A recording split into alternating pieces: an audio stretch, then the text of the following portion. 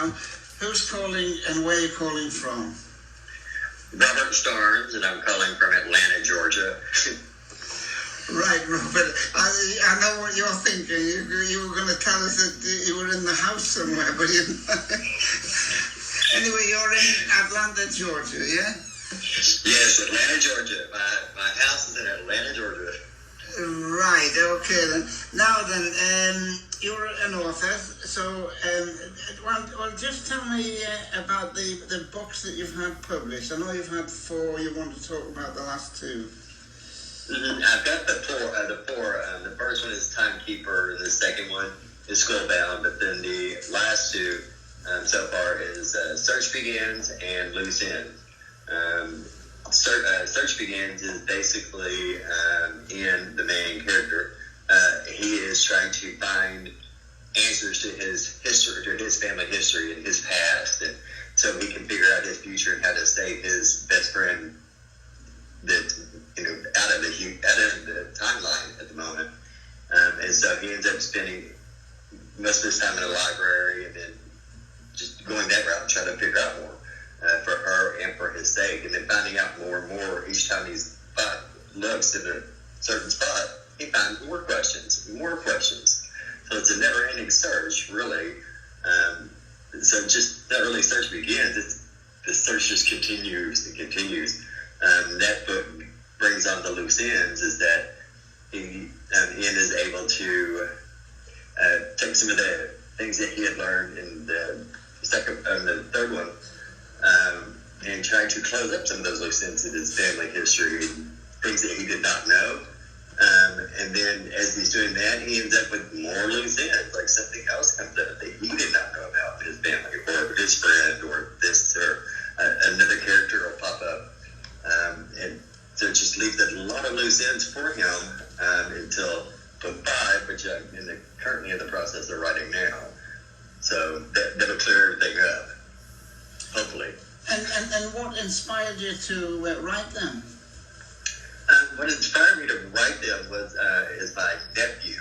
Because my nephew is he's autistic, and he's very persistent and he's very smart. He can write about 4 different languages, I guess you could say. He's only 8.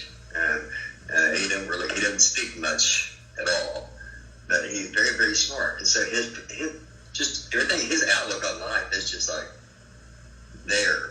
And then I was diagnosed with autism spectrum disorder in 2017, and ended up with agoraphobia. So I started writing. So I wrote a short story, and then my boss Maria told me, she said, "Oh no, I want more."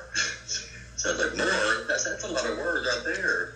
So that ended up becoming book 1, Timekeeper, is because she pushed me into continue writing as well, or beginning to write.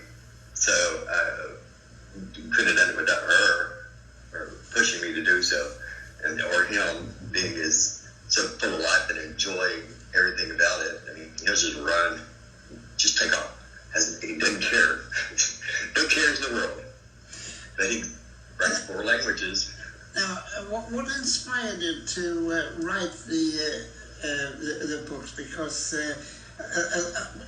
a lot of people find those books very interesting, but a lot of people also want to know where the inspiration came from as well. Well, my books, to be honest, I have no storyboard or anything. I would literally sit down, and whatever came to my mind, I'd write that chapter. That would be my book for the day, or my chapter for the day. But a lot of it has to do with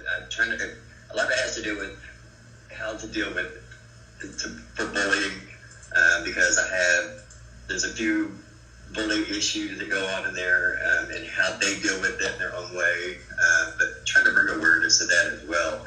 But I think just myself, the things that I had to go through in high school and stuff, a lot of me is in the books, and I didn't realize it, but it's a lot of comedy in there too, so I guess it would be me in there for the comedy part, or you. Have you got any books in the pipeline?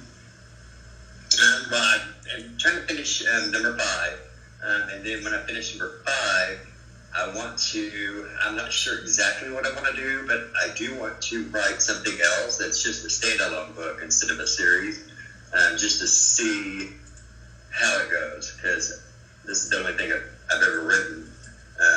And so I just want to kind of take it to another level and see how it goes, and just start with one. And I don't know for sure, but I should have book 5 done, hopefully within the next month or so. And then so I'm hurry and hand it out. And right now I'm working on getting it book 1 with audible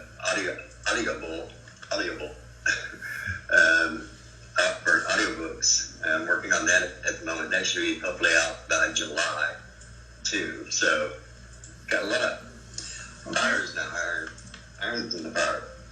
Okay then, Robert, well, thank you very much for coming on and telling us about the books, and the very best of luck with them as well. Thank you. And that was Robert Stones on the line from Atlanta, Georgia.